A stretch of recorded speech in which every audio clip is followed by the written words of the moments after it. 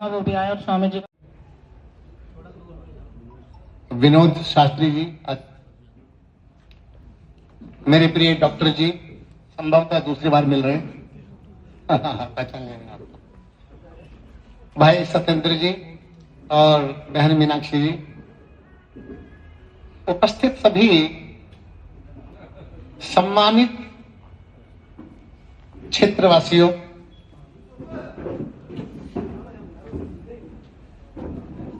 सबसे पहले मैं भाई दयाल त्यागी जी को धन्यवाद दूंगा, जिनके माध्यम से आप सबके दर्शन करने का सौभाग्य प्राप्त हुआ है।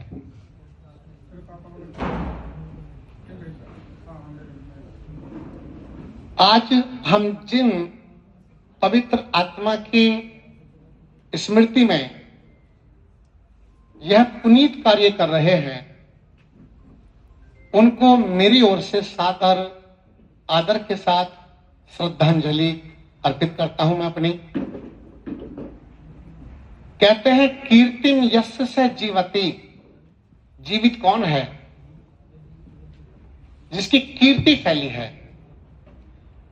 थोड़ी देर के लिए आपस की चर्चाएं बंद कर दें। हमारा और आपका मिलना बार बार नहीं होता है, अब गए तो फिर कब, है ना?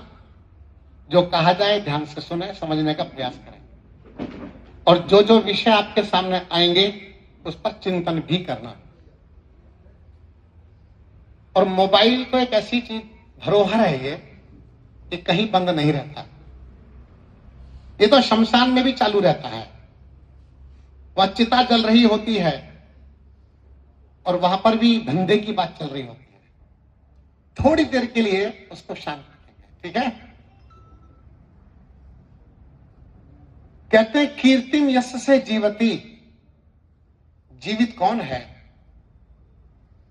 जीवित वह है जिसकी कीर्ति फैली है, जिसका यश फैला है। और यश किसका फैलता है? जो पुनीत कर्म करता है, समाज हित के लिए, राष्ट्र हित के लिए कार्य करता है, मानवता के कार्य करता है, समाज को ऊंचा उठाने के लिए काम करता है, समाज से अंधेरा दूर करने के लिए काम करता है, उसकी कीर्ति फैलती है। और आज चौधरी दलेर सिंह जी के उन कार्यों को, उनकी धरोहर को मैं समझ रहा हूं, देख रहा हूं। मेरे सामने कोई छोटे मोटे लोग नहीं है, ये पूरा क्षेत्र बैठा हुआ है। मैं समझ सकता हूं, और आप सबको भी मैं साधुवाद देता हूं कि आप सभी अपने उन महामना, पवित्रात्मा, पुण्यात्मा कोई स्मरण करके कोई ऐसा कार्य नहीं करते होंगे जिससे हमारे पुण्यात्माएं कलंकित हों, दूषित हों। आप सभी चाहते हैं कि समाज में विकास हो, विकास की धारा बहे। आपने ये कॉलेज बनाया है, इस कॉलेज के पीछे कितना बड़ा चिंतन रहा होगा। यहां से विद्यार्थी तैयार हो करके जाएंगे और ऊंचे शिखर को प्राप्त करेंगे। कितना भारी चिंतन रहा होगा। कोई भी व्यक्ति एक पौधा भी लगाता है, उस पौधे के पीछे रहता है कि इससे मैं नहीं, कम से कम समाज छांव लेगा, इसके फल प्राप्त करेगा। तो ये विद्यालय वही धरोहर होते हैं। हमारे बहुत सम्मानीय आचार्य जी ने भी एक बात कही थी, मैं तो सामान्य सा शिक्षक हूं, मैं स्वामी जी के सामने क्या बात करूं। मैं भी शिक्षकों की गोद में ही तो पला बड़ा हूं। और एक बात आचार्य चाणक्य जी ने कही थी कि शिक्षक तो कभी साधारण हो ही नहीं सकते, क्योंकि शिक्षक की गोद में प्रलय और निर्माण दोनों पलते हैं। प्रलय भी वहां है और निर्माण भी वहां पर है। शिक्षक तो वो होते हैं। तो आपको मेरा भी प्रणाम है, आप बहुत पवित्र आत्मा है। बंधुओं, अभी आपने यज्ञ किया, थोड़ी देर पहले हवन किया। हवन करके आपने पुष्पांजलि दी, आपने ये जो यज्ञ प्रक्रिया है, हवन, धीरे धीरे धीरे धीरे अब लोगों ने इसको भी पाखंड कहना प्रारंभ कर दिया है। पाखंड, कि ये तो पाखंड है, अरे आर्य समाज के लोग हैं, सनातनी लोग हैं, ये सब तो हवन के द्वारा पाखंड फैलाते हैं। एक बड़ा, जिनको उनकी भाषा में बुद्धिमान कहते होंगे, मेरी भाषा में नासमझ व्यक्ति मंच पर बैठ करके बोल रहे थे, अरे जितना घी इन्होंने आग में जला दिया है और इतनी सामग्री जला दी है, इतना घी अगर कोई खाए उसको शक्ति तो प्राप्त हो। महर्षि दयानंद सरस्वती जी से भी यही प्रश्न किया गया था। ये मौलाना थे कौन पता नहीं, मौलाना ने प्रश्न किया था कि स्वामी जी, हवन में इतना घी जला दिया जाता है, ये तो कोई समझदारी की बात नहीं है। बोले भाई तुम्हारे हिसाब से तो समझदारी की कोई बात नहीं लगती, लेकिन तुम पदार्थ विज्ञान को नहीं जानते। घृत एक पदार्थ है और यह पदार्थ जब अग्नि में जाता है तो अग्नि इसको हजारों रूपों में बदल देती है और पर्यावरण के, यानी कि जो दूषित पर्यावरण होता है उसको शुद्ध करती है। उसकी जो तरंगें तैयार होती हैं, उसमें जो गैसेज तैयार होती हैं, और वो गैसेज ऑक्सीजन का निर्माण करती हैं। हवन के द्वारा शुद्ध ऑक्सीजन की प्राप्ति होती है और वह ऑक्सीजन वातावरण को शुद्ध कर देता है, तो इसलिए रोग भी पैदा नहीं होते। प्राचीन समय में खेतों के किनारे पर अग्निहोत्र करने की व्यवस्था थी। प्राचीन समय में अपने घरों में प्रतिदिन अग्निहोत्र करने की व्यवस्था थी, प्रतिदिन होता था। क्योंकि जिस घर में, जिस परिवार में अग्निहोत्र नहीं होते, वो कहते हैं वहां पर नकारात्मकता फैल जाती है, नेगेटिविटी फैल जाती है।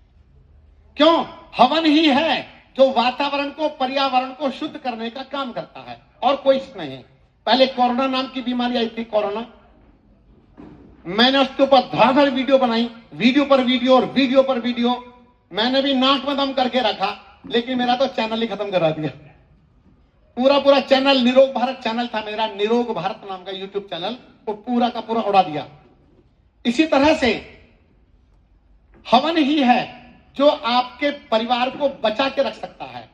आप अपने, कहते हैं गृहस्थ एक आश्रम है और गृहस्थ एक तपोवन है।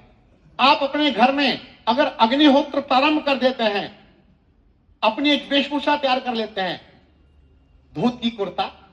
हम अभी एक और प्रचार कर रहे हैं कि सप्ताह में हम जितने भी सनातनी हैं, मैं कहता हूं जैन भी हैं, मैं कहता हूं बौद्धिस्ट भी हैं।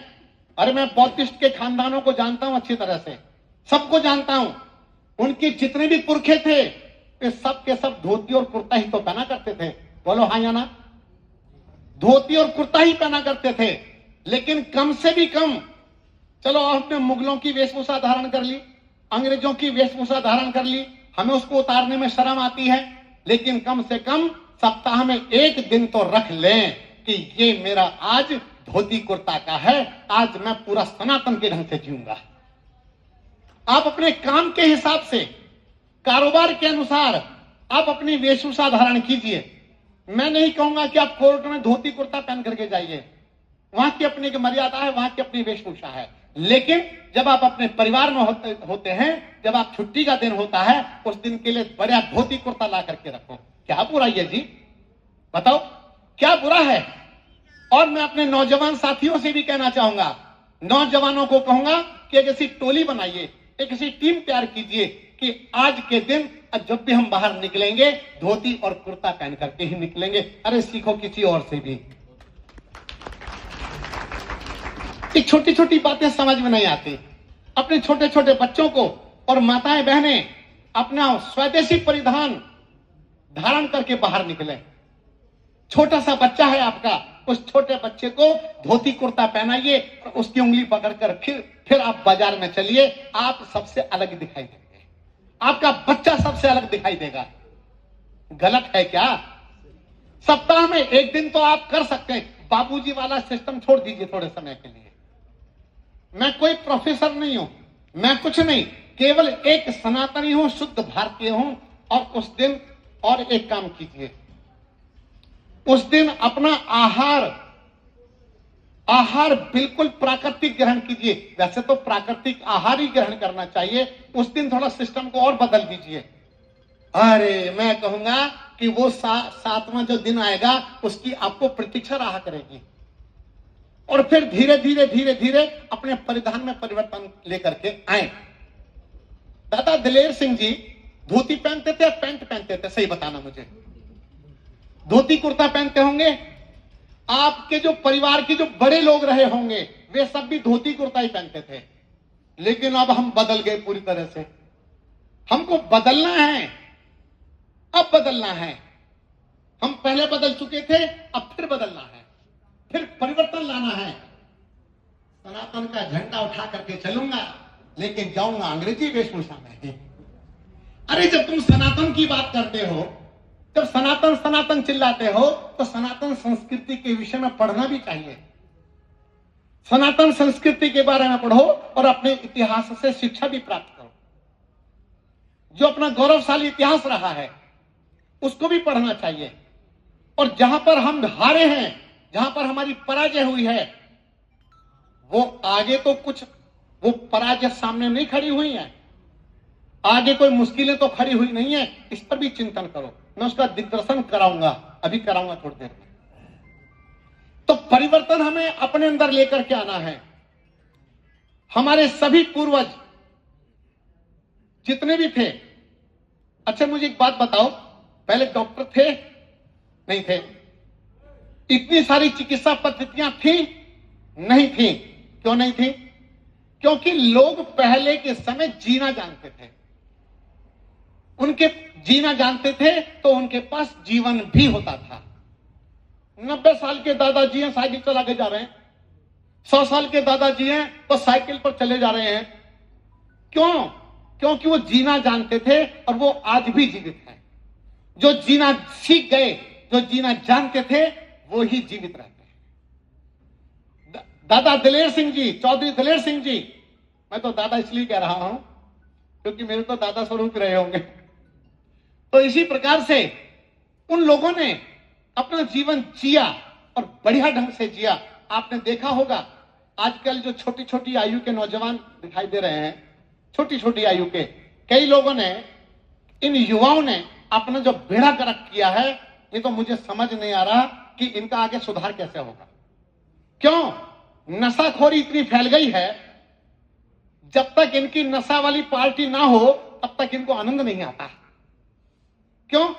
ये जो नशा है, ये नशा इनको खा गया, अंदर से खोखला कर रहा है। अभी हम वृंदावन गए, मथुरा। सच बताऊं आपसे, मैं अभी तो वहां पर बुआ जी रहती हैं और जानी मेरी ननिहाल है। तो वहां पर जब मैं गया तो वहां जाकर के मुझे कष्ट के अलावा कुछ नहीं मिला। क्यों नहीं मिला? जिसको देखता हूं उसके मुंह में तंबाकू भरा पड़ा है, जिसको देखता हूं वही गुटखा। हमारे दीपक भ्राता जी बैठे हैं, छोटे भैया हैं, और ये आर्य वीर दल के अधिष्ठाता जी हैं, और युवा का मोर्चा संभाल रखा है उन्होंने देहरादून के क्षेत्र में। तो हमने किसी से पता पूछा, और पता पूछा, अब आप जानते हैं कि जब मुंह में वो तंबाकू गुटखा भरा होता है, ऐसा करके इतना ये होठ दबा रहता है उनका, और ऐसा निकल जाए, धत तेरा, मतलब ढंग से बात भी नहीं कर पा रहा है। तो इस प्रकार से, और ये पता कौन लोग हैं? एक गोसाई हैं, ये सारस्वत पंडित कहते हैं अपने आप को, ये बड़े बड़े धर्माचार्य हैं, ये बड़े बड़े आचार्य लोग हैं, ये बड़े बड़े डॉक्टर हैं। और एक डॉक्टर, हद तो तब हो गई, परिवार में ही किसी के पेट में दर्द हुआ, समझना ध्यान से, परिवार में पेट में दर्द हुआ, तो एक नौजवान बच्चे के जब पेट में दर्द हुआ तो डॉक्टर साहब आ गए, और डॉक्टर साहब ने भी मुंह में भरा हुआ, उसके साथ वाले के भी मुंह में भरा हुआ, जिनके बच्चे को देखने के लिए आए थे उसके भी मुंह में भरा हुआ। और वो तो डॉक्टर, और वो अध्यापक, वो टीचर, पढ़ाते हैं, शिक्षक हैं। क्या पढ़ाते हो भाई? क्या पढ़ाते हो? अरे शिक्षक भी प्रभावहीन होते जा रहे हैं। मैं गलत तो नहीं कह रहा। क्योंकि शिक्षक अगर प्रभावहीन हो गए, ब्राह्मण प्रभावहीन हो गए, तो जानते क्या करना पड़ेगा? जब ब्राह्मण प्रभावहीन हो गए, पंडित प्रभावहीन हो गए, तो हमें फिर ढाबा खोलना पड़ता है। पंडित जी ढाबे वाले, पंडित जी पराठे वाले, पंडित जी चाय वाले, पंडित जी जूते वाले। अरे भैया क्या हो गया तुम्हें ये? तो ये सब नहीं चाहिए था। हमें उचित शिक्षा, अपनी शिक्षा व्यवस्था को संभालना चाहिए। अगर हम अपने बच्चों को सुसंस्कार नहीं देते हैं तो धीरे धीरे धीरे धीरे हम अपना ट्रैक छोड़ करके हम दूसरी तरफ बढ़ जाते हैं। तो हमें ध्यान रखना, अपने बच्चों को धर्म के बारे में सिखाना है। धर्म किसे कहते हैं, धर्म क्या होता है, धर्म के कितने लक्षण होते हैं। हम स्वयं भी धर्माचरण करें और अपने बच्चों को भी धर्म के मार्ग पर चलने की शिक्षा दें। अगर हम अपने बच्चों को धर्म के मार्ग पर चलने की शिक्षा नहीं देंगे तो द केरला स्टोरी बच्चों को दिखा देना क्या हुआ, अच्छी तरह से जानते होंगे। ये धर्म के मार्ग पर ना चलने का परिणाम है कि बच्चों का शोषण होता है। फिर मैं अगर आपके बच्चों से कुछ प्रश्न करने पर प्रारंभ कर दूं तो हो सकता है कि धर्म के जब विषय आएगा तो वो ठप हो जाए। क्यों? वो मोबाइल में रील तो देखते हैं, मोबाइल में बहुत सारी वेब सीरीज देख रहे हैं, लेकिन इन वेब सीरीज ने बच्चों का ब्रेन वॉश करके रख दिया कि धर्म कर्म कुछ नहीं होता, जो कर। अय्यासी के ऊपर कितने गाने बने हुए हैं, मौज मस्ती के ऊपर कितने गाने बने हुए हैं, ये क्यों परोसे गए हमारे बच्चों के सामने? क्यों परोसे गए? आप विरोध करके तो देखिए एक बार। आप विरोध करेंगे तो आपको अरेस्ट कर लिया जाएगा, परेशानी हो जाएगी आपके लिए। मेरे सामने चुनौतियां कम नहीं रहती हैं, लेकिन मैं क्या करूं, गला भी खराब था, तब भी आवाज आज तो निकल रही है। तो मैं आपको बता देना चाहता हूं कि आज अगर हमारे बच्चों को धर्म के बारे में पूरी शिक्षा नहीं होगी कि बच्चों को क्या खाना चाहिए, क्या पहनना चाहिए, कब सोना चाहिए, कब जागना चाहिए, कब क्या क्या काम करने चाहिए, और इसके साथ साथ गृहस्थ में कैसे जीना चाहिए, गृहस्थ जीवन कैसा होता है, परिवार कैसा होता है, दादी कौन होती है, दादा कौन होते हैं, मां कौन है, भैया इनकी जानकारी प्राप्त नहीं होगी तो अभी जैसे हमारे आचार्य जी बता रहे थे, क्या बता रहे थे, फिर वृद्धाश्रम में ही जाना पड़ता है। ये सनातनियों के ही सारे के सारे वृद्धाश्रम हैं।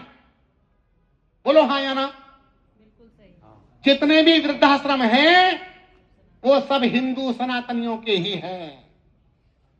उसमें किसी मुगल को जाते हुए नहीं देखा होगा आपने, किसी दूसरे मतावलंबियों को आपने नहीं देखा होगा। इसमें वही हैं जिनको आप अपना धर्मावलंबी कहते हैं, जिसको पेट काट काट करके जिसको आपने पढ़ाया लिखाया, आपने तैयार किया, लेकिन उसी ने आपको जाकर के वृद्धाश्रम भेज दिया। वृद्धाश्रम भारत के ऊपर कलंक है, कलंक।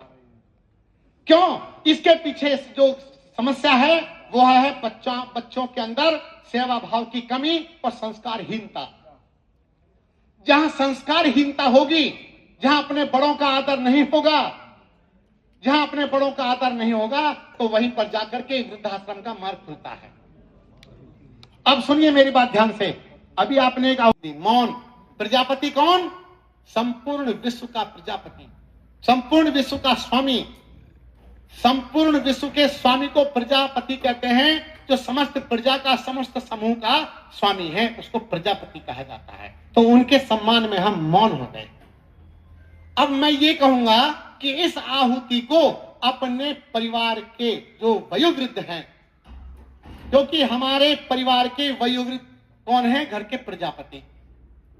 ये जो दादाजी लोग बैठे ना, जो बड़ी बड़ी आयु के लोग बैठे हैं, ये हमारे घर के कौन है? प्रजापति हैं।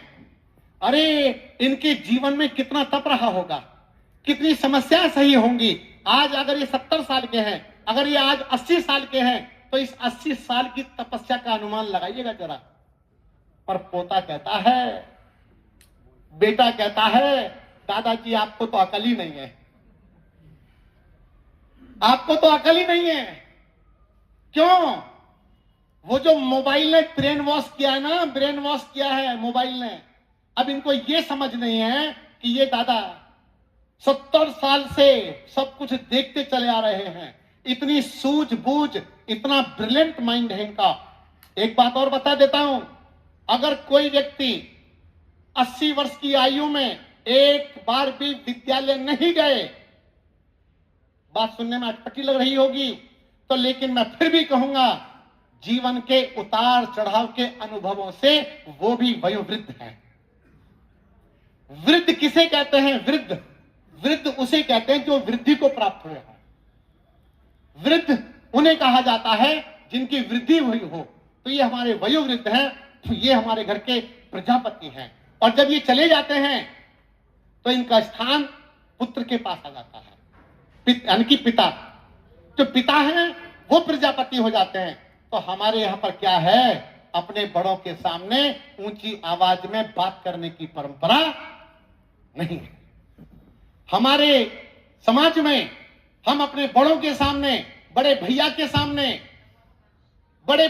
सामने कभी हम ऊंचे शब्दों में बात नहीं करते।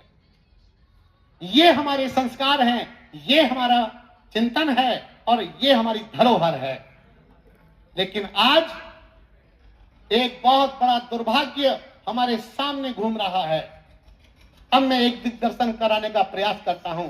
आहार बिगड़ा, हमारे बच्चों को ये अता पता नहीं है कि तुम्हें खाना क्या है। अब तो मोबाइल पास में रहता है और एक ऐप खुल करके आ जाता है। नाम तो मैं क्या लूं, बेकार कंपनी का प्रचार होता है, मैं ऐसे लोगों का नाम भी लेना पसंद नहीं करता। ऐप खुल करके आ जाता है, बस वहीं से केवल ऑर्डर देना होता है और इस मोटरसाइकिल के पीछे पेटी बांध करके आपके पास में गर्मा गर्म सामान पहुंचा देता है।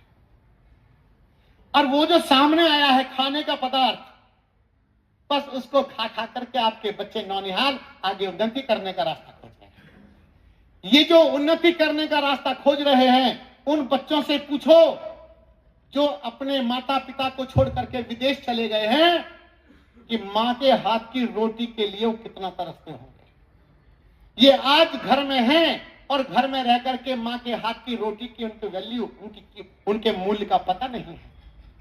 तो इसी प्रकार से हमारे बच्चों का निर्माण किस प्रकार से होना चाहिए? मां भावनात्मक खाना बनाती है या जहां से वो खाना बन करके आया है वो भावनात्मक खाना बना रहे हैं? आपको क्या पता है?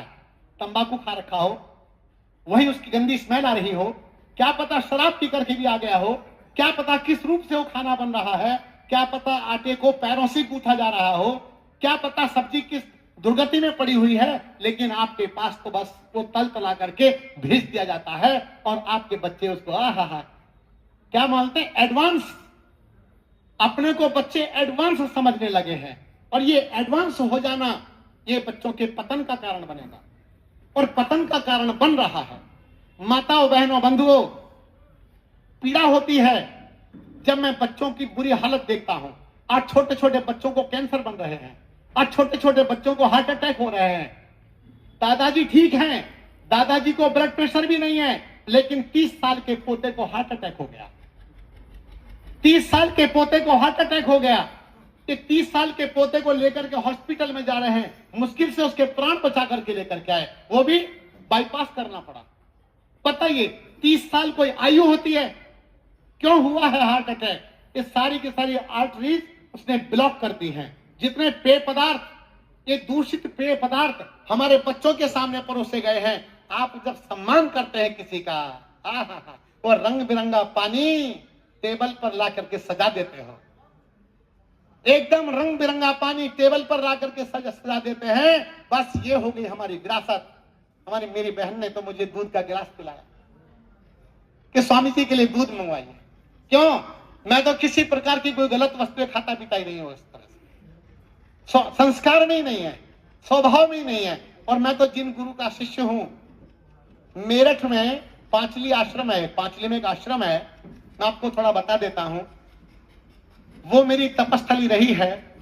वहां जो गुरुजी थे पूज्यपाद श्रद्धेय महात्मा जगदीश्वर आनंद जी, मैं उनका मानस पुत्र हूं।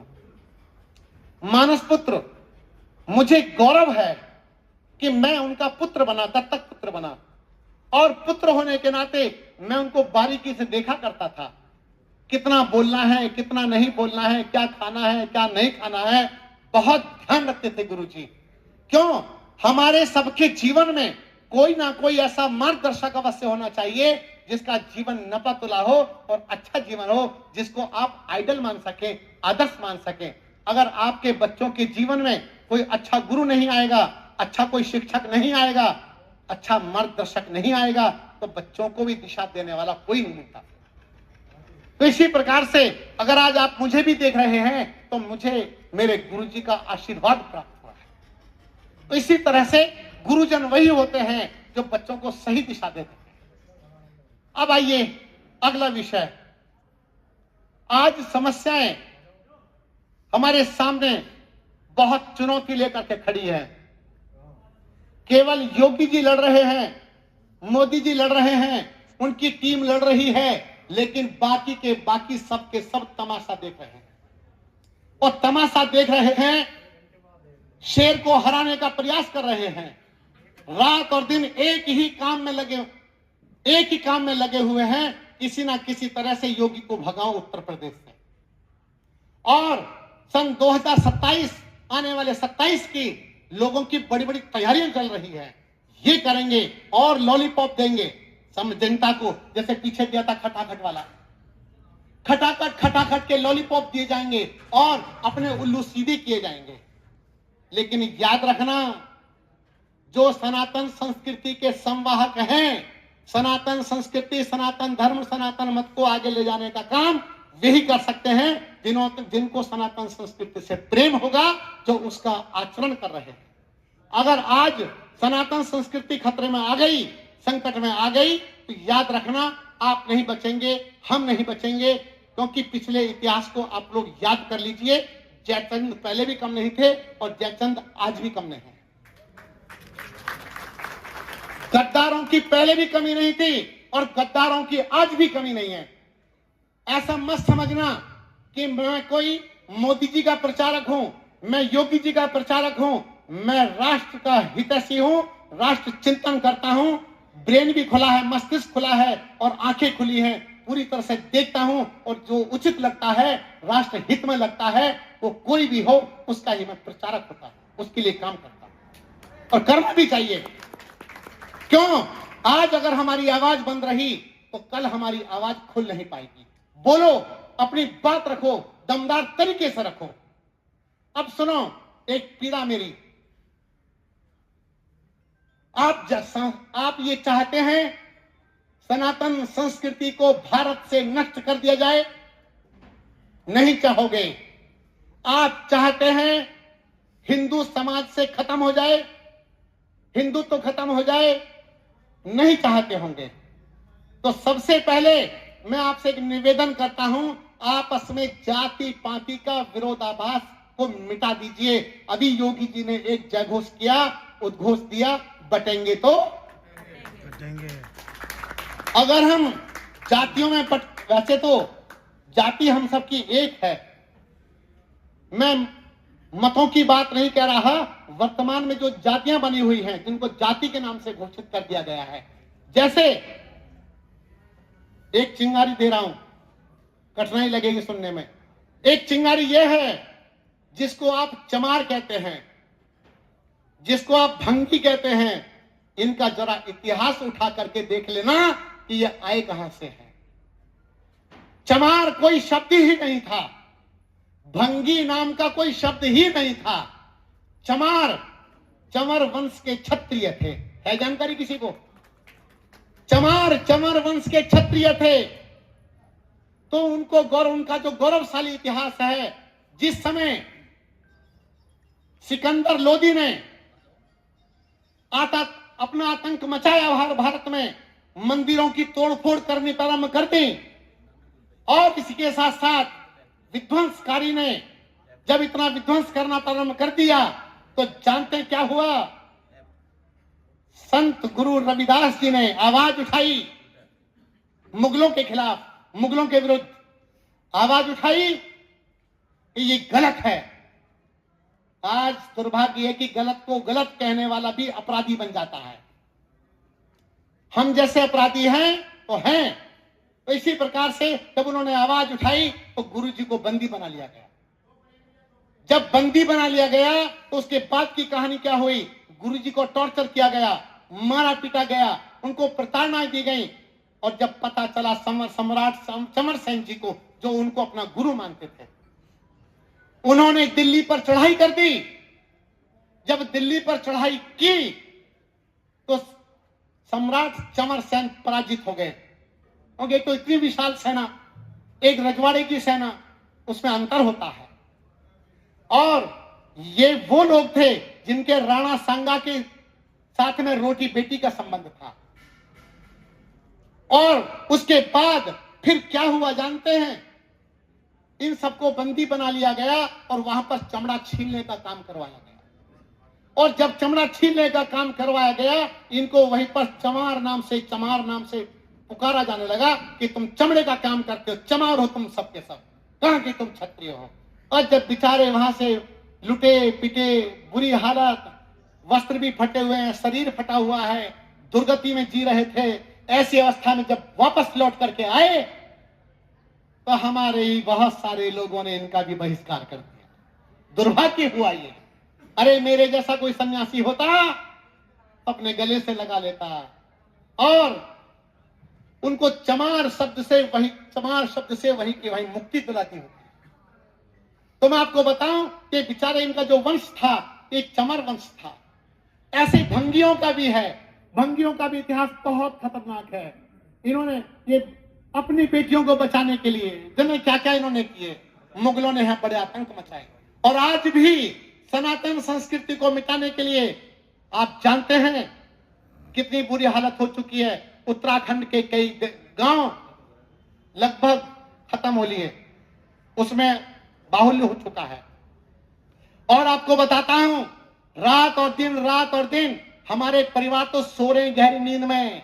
हम खुद को सनातनी मानते हैं लेकिन गहरी नींद में सो रहे हैं। इसको अब बता रहा हूं कि आपका प्रयास कर रहा हूं, उसे सुनो। आज एक ट्रेंड चल गया है, मुझे अपने बेटे को पहले पैरों पर खड़ा कर देना है, मेरी बेटी भी पैरों पर खड़ी होगी, मेरा बेटा पैरों पर खड़ा होगा, और जब मेरा बेटा 35 साल का हो जाएगा तब जाकर के मैं उसके लिए लड़की ढूंढूंगा। 35 साल के लड़के के लिए, मैं तो लड़का कह रहा हूं, इतना बड़ा आदमी होता है वो तो, उसके लिए अब जो लड़की ढूंढोगे कम से कम 30 वर्ष की 32 साल की तो मिलेगी। ना तो वो ब्रह्मचारी है और ना ये ब्रह्मचारिणी है। उसके बाद भी 35 साल में विवाह कई होंगे तो हो भी नहीं पा रहे। कितने बच्चे कुंवारे घूम रहे हैं। क्यों? जब समय था विवाह का, जब रिश्ते आ रहे थे तब तुमने विवाह किया नहीं, और जब समय निकल गया तब तुम विवाह करने का प्रयास कर रहे। हालत खराब हो गई। और याद रखना, यही हालत आज हमको लेकर के डूबने वाली है। कैसे? वो सुनो, आपके घर में अपने बच्चे को योग्य बनाने के चक्कर में आपने उसका विवाह टालते गए।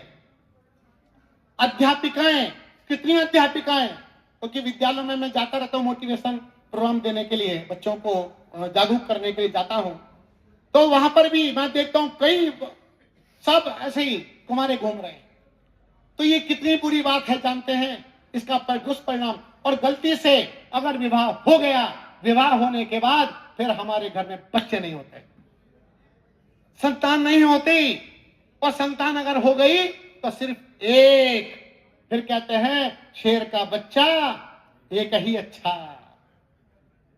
एक बात बता देता हूं बंधुओं, समस्त क्षेत्रवासियों मेरी बात सुन लो ध्यान से। 8 और 1 का कोई मेल नहीं है। अरे मानते हो नहीं मानते? कहां 8 और कहां 1 या 2? तो दूसरी होगी तो लड़की होगी। और अगर किसी के यहां 2 लड़कियां हो गई तो उनके यहां भी बच्चे बंद हो गए। इसीलिए आज हमारे परिवार वंशहीन होते चले जा रहे हैं। सनातन संस्कृति में अब कहूंगा कि खतरे में है। अब मैं ये बात कहना चाहता हूं, मैं आप लोगों की किसी भावनाओं को ठेस नहीं पहुंचा रहा हूं। आपके प्रति मेरा सम्मान है, आप क्षेत्र के बड़े प्रबुद्ध और सम्माननीय हैं, लेकिन जड़ जड़ जड़ तो जड़ को पकड़ लीजिए।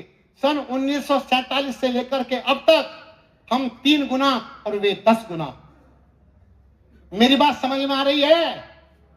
10 गुना और हम 3 गुना। और ये लोकतंत्र है, भारत लोकतंत्र से चलता है। और इस लोकतंत्र में एक परिवार में 3 कारें हैं, 3 बहुत ऊंची बिल्डिंग है और बच्चा 1। ओ हो, क्या क्यों बच्चा 1 है? महंगाई बहुत हो गई है।